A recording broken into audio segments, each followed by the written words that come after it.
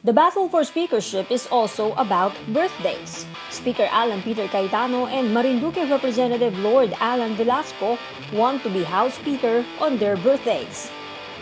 Cayetano admitted it in his privileged speech at the House. So I told the President, Sir President, parang minamaliit niya yung budget. Sabi niya, tumingin siya kay Lord, December na. Tanong ni Lord, Sir, anong petsa? During the meeting with President Duterte, Cayetano asked to move the term sharing date when Congress has already passed the 2021 budget. When we made the 1521, at sabi ko, nandyan si Senator Bongo, very, very clear yung usapan. I have 2 budgets na ipapasa, and magba-birthday ako na ako speaker. If Cayetano steps down on October 14, he will no longer be speaker on his 50th birthday on October 28. Sabi niya, babaw mo naman. Sabi ko, mababaw talaga ako. Velasco's birthday is on November 9.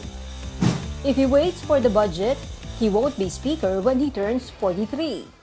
Babaw talaga ako kasi sentimental. Sino ba naman nagpi-50 years old sa atin na hindi sentimental? Sabi ko, pare, ang dami mo pang birthday, bata mo pa eh.